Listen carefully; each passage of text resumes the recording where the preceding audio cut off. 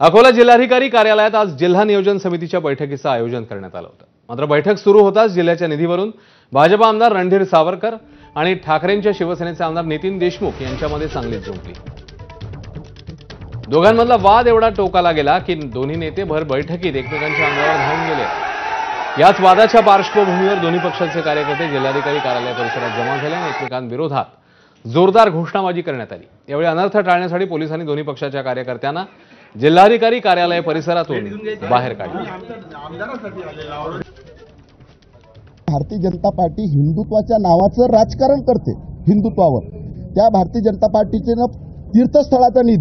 तीर्थस्थळाचा निधी ग्रामीण भागाचा रस्त्याचा निधी 29 कोटी रुपये निधी व आज आमच्या मतदारसंघात टोंगाळलेले गड्डे आहे।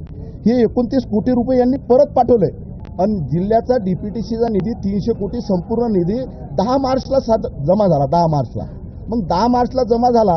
हे 31 तारखेला आम्ही पैसे वितरित केले म्हणतात आणि तो बीडीओवर गेला नाही, तो वापस आला। का तुम्ही 31 मार्चला निधी रिलीज केला? यांना पैसा भेटला नाही म्हणून 29 कोटी रिलीज केला नाही आणि जिल्ह्याचे 29 कोटी शासनाला परत केले। याला हे भारतीय जनता पार्टीचा वैष्णवी हगवणे प्रकरणामुळे वादात अडकलेले वरिष्ठ पोलीस अधिकारी जालिंदर सुपेकर अमरावती तुरुंगातल्या एका प्रकरणात